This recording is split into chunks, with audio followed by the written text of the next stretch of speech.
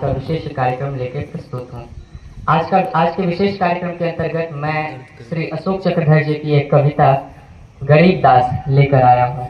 यह हास्यप्रद भी है और हमारे समाज की कुछ बुराई पे कटाक्ष भी है। कविता कुछ इस प्रकार है। घास काटकर नहर के पास कुछ उदास उदास सा चला जा रहा था गरीब दास कि हुआ ये अनायास। दिखाई दिए सामने दो मुस्टंडे जो अमीरों के लिए शरीफ थे पर गरीबों के लिए गुंडे। उनके हाथों में तेल पिए हुए डंडे थे और खोपड़ियों में हजारों हथकंडे थे। बोले, ओ गरीबदास सुन, अच्छा मुहूर्त है, अच्छा सुगन, हम तेरे दलिद्दर मिटाएंगे, गरीबी की रेखा से ऊपर उठाएंगे। गरीबदास डर गया बेचारा। उसने मन में विचारा, इन्होंने गांव की कितनी लड़कियां उठा दी, कितने ही लोगों को जिंदगी से उठा दिए, अब मुझे उठाने वाले हैं। आज तो भगवान ही रखवाले हैं। हाँ भाई गरीबदास, चुप क्यों है? देख, मामला यूं है कि हम तुझे गरीबी की रेखा से ऊपर उठाएंगे, रेखा नीचे रह जाएगी, तुझे ऊपर ले जाएंगे। गरीबदास ने पूछा कि कितना ऊपर उठाएंगे? एक बित्ता ऊपर। पर घबराता क्यों है? ये तो खुशी की बात है, वरना क्या तू और क्या तेरी औकात है? जानता है गरीबी की रेखा? हुजूर, हमने तो कभी नहीं देखा। हाँ, पगले, घास पहले नीचे रख ले। गरीबदास, तू आदमी मजे का है। देख सामने, देख, वो गरीबी की रेखा है। कहाँ है हुजूर? कहाँ है हुजूर? वो देख सामने, बहुत दूर। सामने तो बंजर धरती है साहब, यहाँ तो कोई हेमा मालिनी या रेखा नहीं है साहब। वाह भाई वाह, सुभान अल्लाह। गरीबदास, तू बंदा शौकीन है और पसंद भी तेरी नमकीन है। हेमा मालिनी और रेखा को नहीं जानता, गरीबी की रेखा को नहीं जानता? भाई मैं नहीं मानता, सच्ची मेरे उस्तादों, मैं नहीं जानता। आप ही बता दो।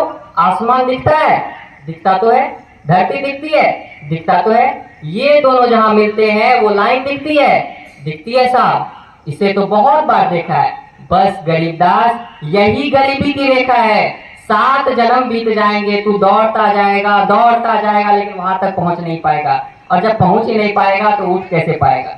जहां है वहां का वहां रह जाएगा। लेकिन तू अपना बच्चा है और मुहूर्त भी अच्छा है, आधे से थोड़ा ज्यादा कमीशन लेंगे और तुझे गरीबी की रेखा से ऊपर उठा देंगे।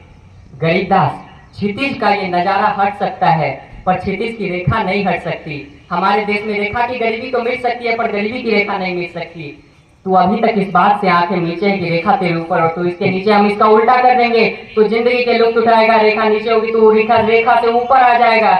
गरीब भोला तो था ही, थोड़ा और भोला बन के बोला सहम के, क्या गरीबी की रेखा हमारे जमींदार साहब के चबूतरे जितनी ऊंची है? हाँ क्यों नहीं बेटा, जमींदार का चबूतरा तो तेरे बाप की बपोती है। अभी इतनी ऊंची नहीं होती रेखा गरीबी की, वो तो समझ सिर्फ इतनी ऊंची है जितनी ऊंची तेरे भैंस का खुट्टा, या जितना ऊंचा होता है खेत में ठूठा, जितनी ऊंची होती है परात में पिट्ठी, या जितनी ऊंची होती है तसले में मिट्टी, बस इतनी ही ऊंची होती है गरीब की रेखा। गरीबी की रेखा पर इतना भी तो जरा उठ के दिखा, कूदेगा पर धम से गिर जाएगा। 1 सेकंड भी गरीबी की रेखा से ऊपर नहीं रह पाएगा। लेकिन हम तुझे पूरे 1 महीने के लिए गरीबी की रेखा से ऊपर उठाएंगे, बाद में कहेगा हाँ क्या सुख होगा। गरीबदास बोला, लेकिन करना क्या होगा? बताते हैं अभी असली मुद्दे पे आते हैं। पहले बता क्यों लाया ये घास? हुजूर, एक भैंस है हमारे पास। तेरी अपनी कमाई की है? नहीं भाई नहीं हुजूर, जोड़ी के भाई की है। सीधे क्यों नहीं बोलते कि साले की है, मतलब कि तेरी कसाले की? अच्छा, उसका एक कान ले आ, काट के, पैसे मिलेंगे तो मौज करेंगे बांट के। भैंस के कान से पैसे? हुजूर ऐसे कैसे? ये एक अलग कहानी है, तुझे क्या बतानी है। IRDP का लोन मिलता है, उससे तो भैंस को खरीदा हुआ दिखाएंगे, फिर कान काट के ले जाएंगे और भैंस को मरा बताएंगे, बीमे की रकम ले आएंगे, आधा अधिकारी खाएंगे, आधे में से कुछ हम बचाएंगे, बाकी से तुझे और तेरे साले को गरीबी की रेखा से ऊपर उठाएंगे। साला बोला, जान दे दूंगा पर कान न देने का। क्यों न देने का? पहले तो वो काटने ही ना देगी, अड़ जाएगी, और दूसरी बात ये कि कान काटने से मेरे भैंस की सो बिगड़ जाएगी।